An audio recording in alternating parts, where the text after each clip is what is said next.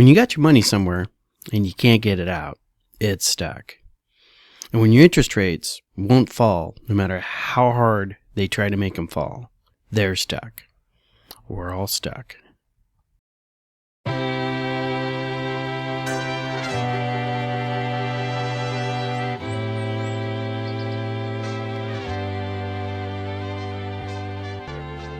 Well, hi there.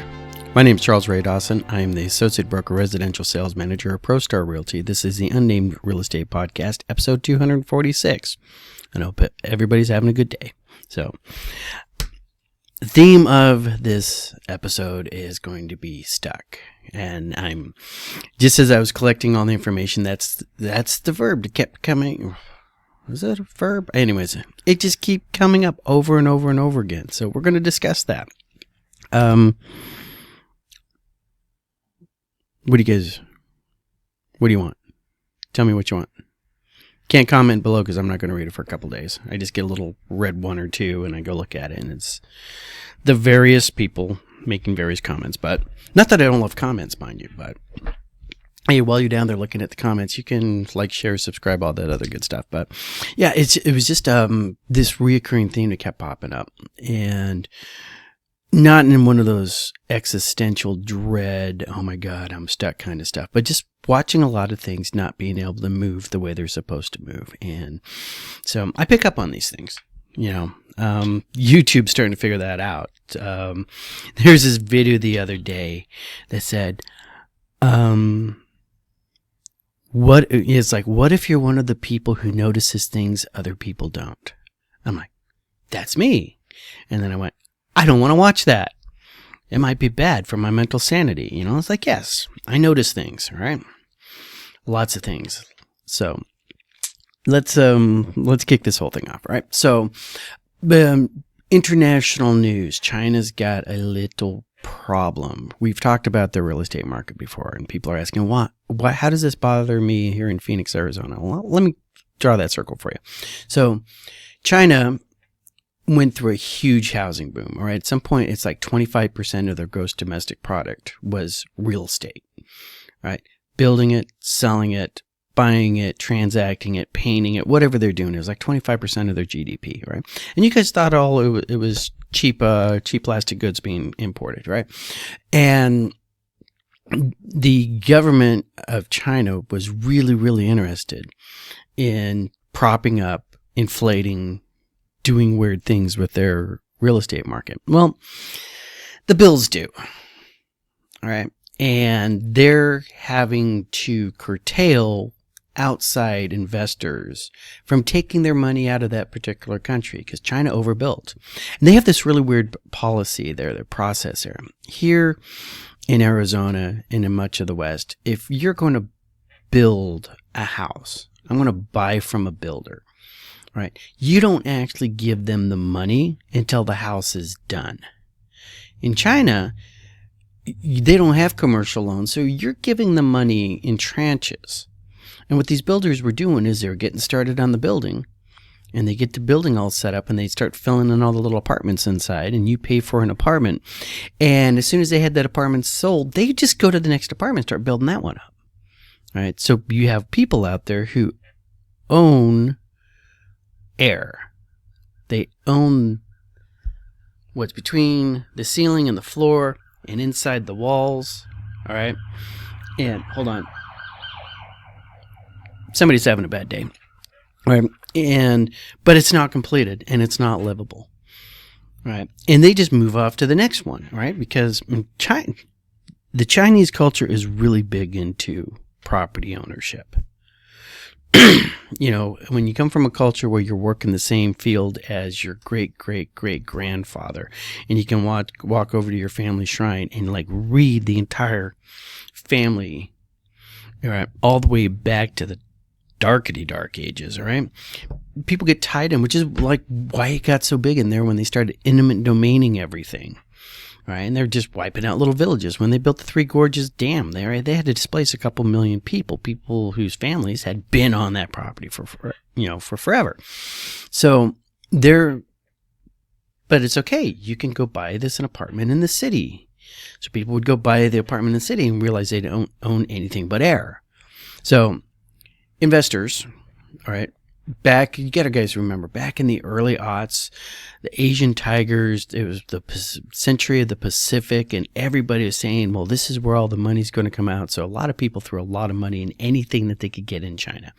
And China was very happy in letting them put money into real estate because it inflated real estate prices. You know, the person who had that air apartment, right, suddenly could look on a piece of paper and say, hey, my air apartment is worth more even though it doesn't have a sink. So people are starting to head to the exits, and they're finding the fire escape has been chained shut.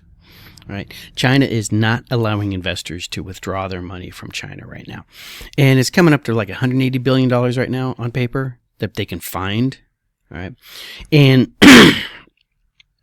well, there's this really great quote, and I should have printed it up, all right? But it's like some guy who's losing his ass in China said, we know how to invest in real estate, but we didn't realize we were investing in a political system. Okay. A fool and his money is soon parted. So that's what's going on, right? And some of the people, institutions that are being impacted are U.S. private equity funds. Okay, don't think that you might not have money in a private equity fund if you have a 401k. All right, especially if you have any of it that's, you know, scheduled out for overseas investment. Right, some of these companies oversee investment. Oh, we own some stock in a Chinese real estate firm. Guess what? All right, your 401k is going to take a little hit on that. All right, so this is. And there's some other people who are really being impacted this. European pension funds. All right, Europe still has pension funds. You guys remember what those are? That's where, before they outsourced it to Wall Street, okay, your company that you would work for would put money into a pension fund for you, and then they would invest it. And then when you became a pensioner, you would get a stipend out of that for the rest of your life. Well, people wouldn't fund their pension funds properly, all right, because they'd always find some other reason to put, you know, to spend the money on, all right. And then at some particular point, you know, pension funds started, you know, drying up. They were going out of business. People who were relying on that for their retirement, right, suddenly realized that, yeah, you invested 40 years of your life in Ma Bell, and Ma Bell did not invest in anything. So, but you still see a lot of pension funds, even here in the States, in state and local, city, county, state pension funds to make pensions for their employees. And they're awfully underfunded. Chicago. Wow. Okay. Really seriously in a lot of trouble. Same with San Francisco, LA, New York. A lot of places really are having a bad time because they just decided not to fund their pension funds. And when they did, they tend to put it into things that the politicians thought was a really good idea, like Enron. Right? Everybody goes, oh my God, Ray, why are you bagging on Enron? It's because Enron was a solar energy boondoggle. Everybody always forgets that. They always want to point at Enron going, oh, that was a bad energy, you know, that was a bad company. It's like, yeah, it was a bad energy company. They made really bad investments. And the only reason why it existed is because the feds decided to give them money to exist. Speaking of things, big solar plant in California got shut down because it literally, after billions of dollars being sunk into it, never generated a watt. All right. So this is why we don't let our politicians invest in things, right? But pension funds, Asian sovereign funds, which is the ultimate government. A sovereign fund is like, hey, we're Dubai. We have a lot of oil. We spend oil. All right. I want a new Mercedes. I give them 50 barrels of oil. I have a new Mercedes. You know, that kind of stuff. Well, after a little while, they realized, you know, we got to find some place to put this cash. So they started going around just buying stuff. Qatar made Al Jazeera. That's owned by their sovereign fund. All right. Just in case you think it's just Persian Gulf, Norway's got a really nice pension fund, or sovereign fund. Alaska's got what is technically a sovereign fund. Right? You move to Alaska, they'll write you a check to live there. Yes, they have to pay you in Alaska to live there. So, sovereign funds taking a hit, and then of course just general bond owners, people who wanted to buy, real estate, REITs, bonds. They're all losing money and they can't take it out. And they're trying to figure out, well, what do we do? Do we just write it off? Do we take the haircut and lose 90 cents on the dollar and get what we get back? All right? Do we wait it out? Last person standing might actually have something worthwhile. So, how does this affect you? Well, that money that could have been going into those sovereign funds, all right, and the sovereign funds have gone into Chinese real estate, could have gone into American investment in real estate. And not necessarily just going out there doing the Blackwater, BlackRock, or whoever they are, let's go buy a subdivision and rent it out kind of thing. All right? But also coming in there and say, hey, let's just make the funds available to regional banks so the regional banks can loan it out at the going rate. All right? That's effectively what a lot of them are trying to do over there. Okay? That much money coming into into our real estate market would have lowered our interest rates. All right, but they wanted to go play in China, and they can't even take their ball and go home now. All right, so that's the internationals. Oh, by the way, there's like someplace in Vancouver that Canada, a Canadian court just ruled that half the city is owned by a tribe. What do they call them up there? First citizens, first whatever? Yeah. Hold on, somebody just walked into my office, and I want to see who it is. Yeah, so this Native Canadian tribe, I don't know. Sovereign first citizens, I don't know. First Indians, Canadian Indians, all right? They were apparently a sort of an Aboriginal people who like to wander around the Pacific Northwest, and they go over here for the fishing, then they go over here for the hunting, then they go over here to collect berries or whatever the hell they were doing. And they made a claim going, hey, this town is built on our ancient fishing preserve, and we used to swing by here and fish. So, but there's no treaty with the Canadian government that actually said we ceded that claim to that property to Canada. So that's still our property because we used to fish there. And some judge said, well, you got a really valid point there. So a whole bunch of people in this city in Canada got these letters in the mail going, hey, according to this court case, your title is now clouded because your land might actually be owned by this tribe, and this could put your title and your mortgage in, trouble. So it's going to be a lot of fun to watch how that one turned out. Just remember, guys, it's not just a Canadian issue. A couple of years ago, there was a Supreme Court justice or a Supreme Court case where like half of Oklahoma went back to the tribe because it was one of those, yeah, we just took it. You guys, I don't really want to say it was Oklahoma, and it was like one of those, that big rush. All right. Well, people actually went over the line they were supposed to get, and they just took all of Oklahoma. All right. And just said, lump it.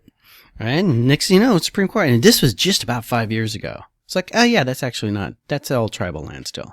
So a whole bunch of people suddenly found themselves dealing with tribal police who don't play.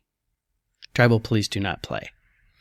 All right. You could just Google, go on YouTube, find the videos, tribal police, FOFA, or however you do that. And it's pretty classic, So, yeah, don't mess with tribal police. They know where all the holes are in the reservation. So that's Canada. Oh, Canada. So, nationally, NAR's getting sued again. And Realtor.com's getting sued. And I'm fully supporting this lawsuit because they're getting a copyright strike because of Taylor Swift. Taylor Swift and Travis Kelce, one of the two, own a piece of property. And a professional photographer went in there just like the professional photographers we use, and took professional photography photos, and they were out there for purchase. And allegedly, NAR and Realtor.com just decided to steal them for memes, which, respect, okay? Who has not stole a picture to make a meme out of? All right. But they did it. They did a little advertising campaign and whatnot. If Taylor Swift can own a house, so can you. Yeah, because Taylor Swift's rich, bitch. And then the photographer went, that's my work. That's me. That's my creation. I own that. So just shows you the level of professionalism we have at the higher levels of the real estate industry, allegedly. So local news and stuff like that. Let's hit the numbers, and then we're going to talk the next part of being stuck, mortgage rates. But right now,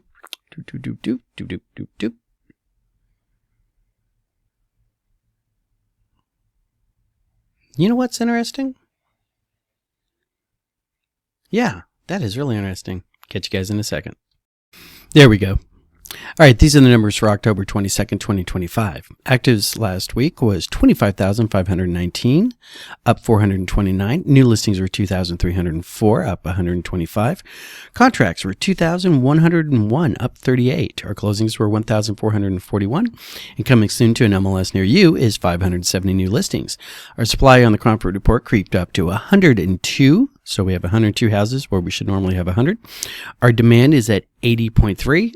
Went up 0.3 from last week, and our Cromford Report number actually dropped because we went up more in supply than we did in demand, so we're at 78.8. So then we also have, because all real estate is local, we'll discuss this in just a second. All right, we can look over here, and Fountain Hills is still leading the pack, but still falling at 151.8, or sellers markets right now are Fountain Hills, Paradise Valley, Scottsdale, Chandler, and Gilbert. Avondale is just on the bubble into a balanced market. All right, so we have Avondale, Cave Creek, Mesa, Phoenix, Glendale, Tempe are all your balanced markets. And now we're getting into Byerville. Byerville is Peoria, Goodyear, Santan Valley, Surprise, Queen Creek, Buckeye, and Maricopa is at the bottom at 46.6. You're looking for the deals? It's Buckeye and Maricopa. Pick the direction you want to drive in. So while I was having to deal with that whole God, my hair got messed up in the meantime. While I was having to do the first part and record that because of technical, I just glanced down at my phone, my little time sync here, and here's an article from CNBC. All right. Dovetails really nicely into my next conversation. All right. They did a survey of real estate agents, okay? And they asked real estate agents what their buyers and sellers think, all right? And looking through the metrics here, they talked to a whole 54 agents. They mostly seem to be centered in the East Coast, all right? But, all right, couple things from the top. Home buyers expect mortgage rates to come down further. Mortgage rates have been creeping down for the last few months, with a 30-year fixed mortgage now sitting at 6.17. And most real estate agents surveyed by CNBC listed affordability as their number one reason why buyers are delaying their purchases. Long story short, skimming the article, buyers think their interest rates are going to go down. All right, and sellers are sort of in denial because they still think they're in the seller's market. I just read you the numbers. We all know where the seller's markets are. All right. If you're in Peoria, if you're in Buckeye, you are not in a seller's market. Get real. Get a better agent if they're letting you live your fantasy life like that when you're trying to sell, right? But people are on, 72.2%, okay, of buyers out there think interest rates are going to go down. And so they're delaying their purchase till the interest rates go down. Makes sense at first blush. It really does, all right? Except your rate on your note, on your loan, is locked for 30 years. But you're not. Your interest rate on your loan is locked for 30 years. 15 if you get a 15-year, right? But you are not locked, right? At the 6-month mark, you can go and refinance. So if the rate's lower in 6 months, you refinance, and there are a lot of mortgage companies out there. I just saw one with a VA loans. They'll just give you the new rate. No appraisal, no muss, no fuss. Hey, rate dropped. Here's your rate drop. Bam. All right.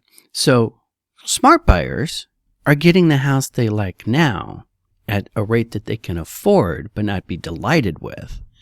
And they're going to wait for the rate to come down and be delighted with the new rate. This is part of the struggle that we have in real estate, all right? Because people think they know what they know, and they think they know is correct, but they don't know what they don't know. That's what I'm here for.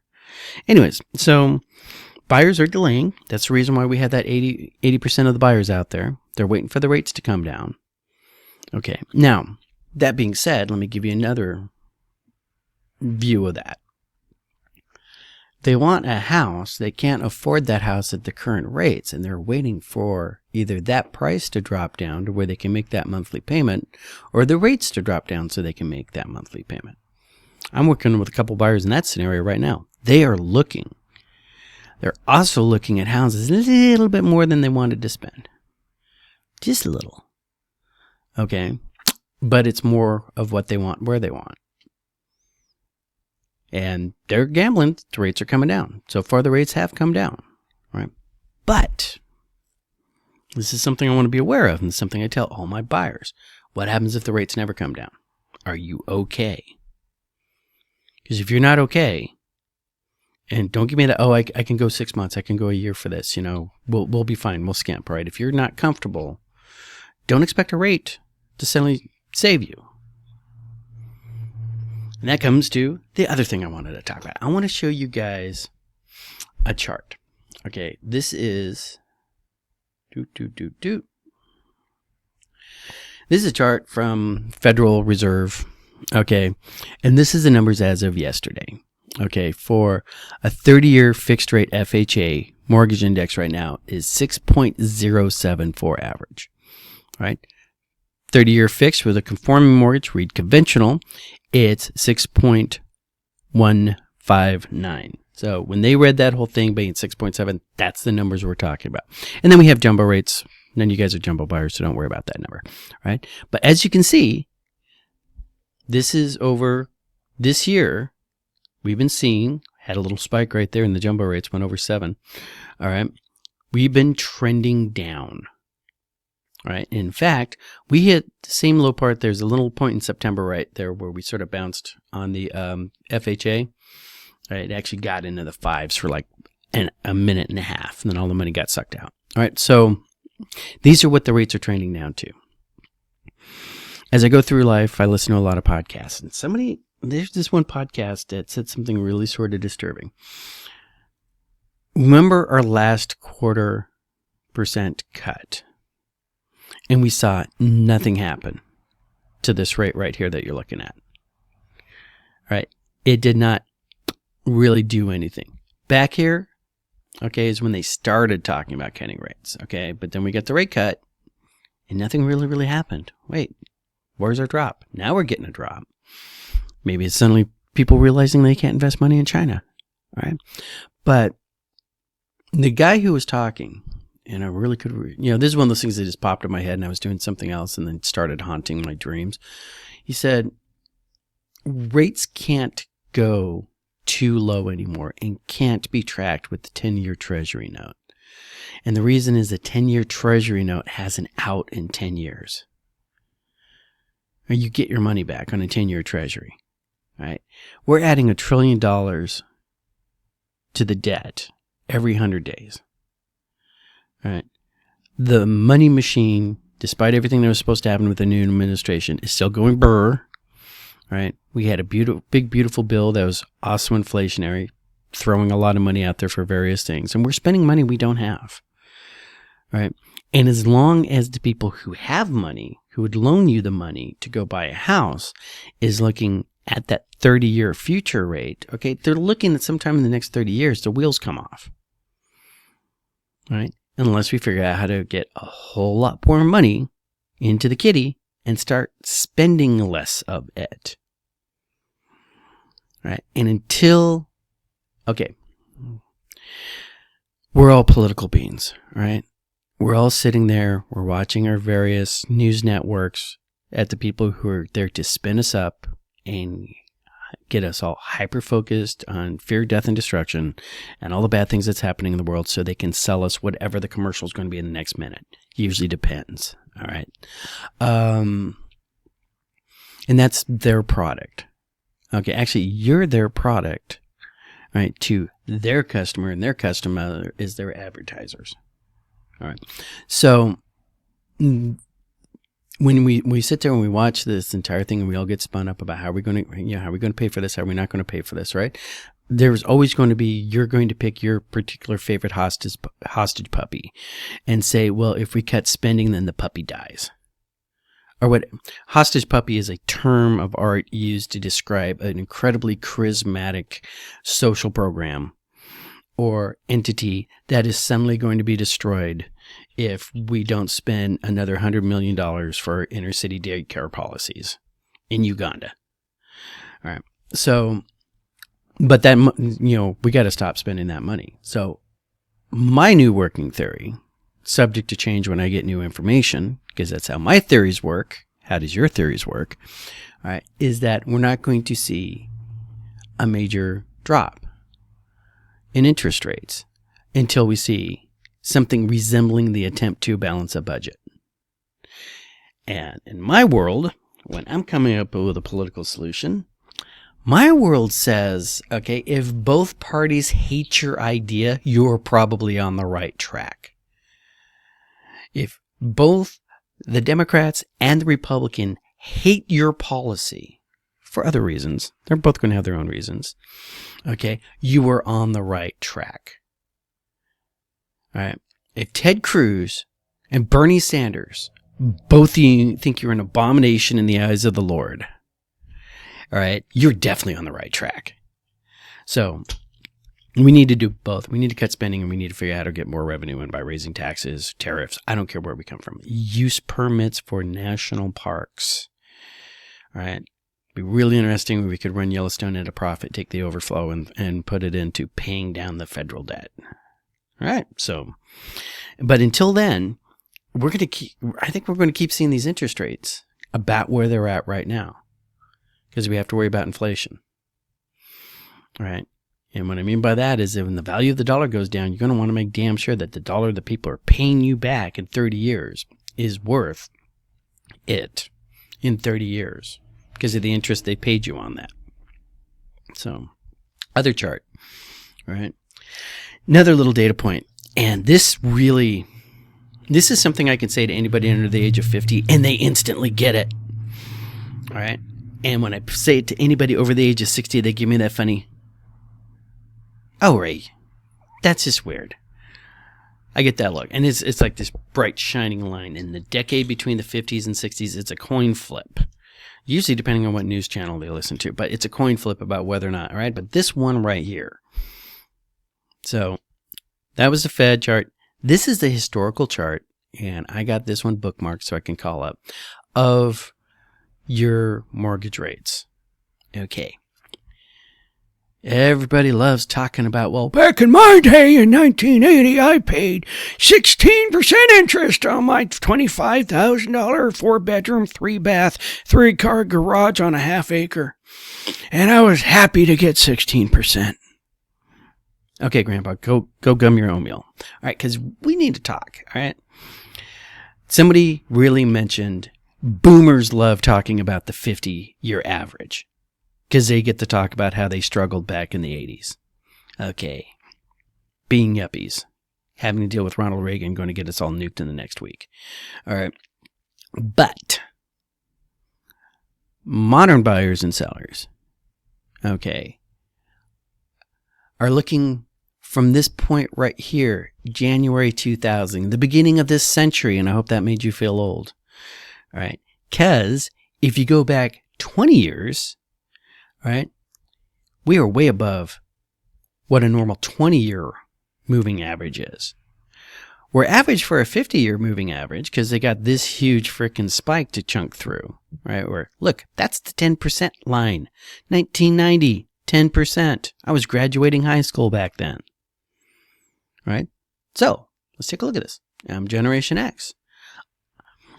I graduated high school in 1989. If I graduated in 1985, I would have been looking at a 14% interest rate if I had gotten smart, gotten a job as a welder, and could suddenly buy one of those little houses. But most people go to the military, they go through college or something like that, so they're not actually getting out there into the workplace until about 1995 to 2000. All right? So honestly, Generation X isn't ready to buy a house until January 2000. Right? And at that point, we're looking at 8% interest rates. And houses that were a lot cheaper than they are today. Millennials. Okay, let's take a millennial. Millennial graduates. All right. And let's say they graduate in 2005, right here. Interest rates are 6%. Not bad. But it's going to take them college and a year or two out of college to get fired up to be able to buy a house. So they're just coming in right about here. Okay, remember we had this huge roller crash right here. That would have been a great time for the older sphere of millennials, that first tranche of millennials coming in. But the second and third tranche, nah, they're still down in this. And then we have this bit right here, because remember, that's the vid price jump. Right? So yeah, kids be screwed. Right? Because they're looking at rates that actually peaked over at the highest they've ever been seen in their adult life. Okay, and millennials aren't kids anymore. They're in their 40s. They're trying to get married and have children, and that kind of stuff. Okay, and let's not even talk about the Zoomers, right? Zoomers are just getting into things. Okay, they're still working their way through college. In fact, they're the ones who are just coming out of college, and they're looking at 6% interest rates and houses that are way, way, way more expensive than a comparable house. And they have, right, one of the things that got me going on this one was this, one of those other real estate agents, my brokerage does not, the official standpoint of ProStar Realty is that we're way too mature and serious to do a silly TikTok video. All right, so this agent who shall remain worshipped by little dark Ray is, she's just, this is what you hear from boomers when people talk about buying a house, like quit going to quit buying coffee. All right, and that's a lot of the issue that we're having right now. Okay, this disconnect. All right, why aren't the buyers out there? Buyers can't afford to be on the market right now. Why can't the buyers afford to be on the market? Because for the price of the houses they are right now, we need to be way under 6. Okay, we need a 3 or 4, 3, 4, 5 year tranche of zero appreciation on property. Right? I'm not saying that property prices have to fall. I'm just saying that they have to zero out. No real gains, no real losses, no real gains. There are arguably some markets, all right, that are bubbled and could be, deflated a bit. California, all right, most of the East Coast, all right. Florida, definitely. Florida's having drama right now. Here in the Phoenix area, like I said, I'm still looking at starter homes. Okay, in the 4s, low 4s, high 3s if you're willing to drive. Right? People would be in those today if they were looking at an interest rate of 5%. We did that math a couple months ago. So it's there. Property's there. How do we get buyers in houses? We got to get that money somewhere, right? And the interest rates are not going to come down until we get some semblance of lowering the deficit, which means we got to stop spending money. All right. How do you stop spending money when every time you try to cut anything, some NPR, soy boy NPR interview, that volume-inducing dulcet tones? Bobby Stranford is a small business person. He sells hand-wickered baskets that use a twine made from the hair of the Choctaw Indian tribe. Because of the government funding cuts, the Choctaw Indian tribe will no longer be able to afford their shampoo and conditioner so they can grow their hair to the proper length to make the twine, to make these baskets. His small business will be impacted by the draconian federal cuts to spending. This and all other articles like this are brought to you by, the contributors to our great NPR station, like the Ford Foundation and the Piper Foundation, and schmucks like you who are going to give us a lot of money for our coffee cup that says, I care.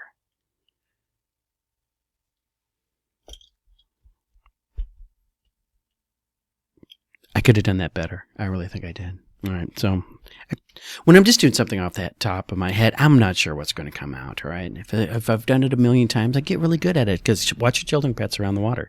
Don't drive in anything flooded. Okay. Work your circles every day. Call your mother if she misses you. And you guys have a great weekend. Talk to you all later.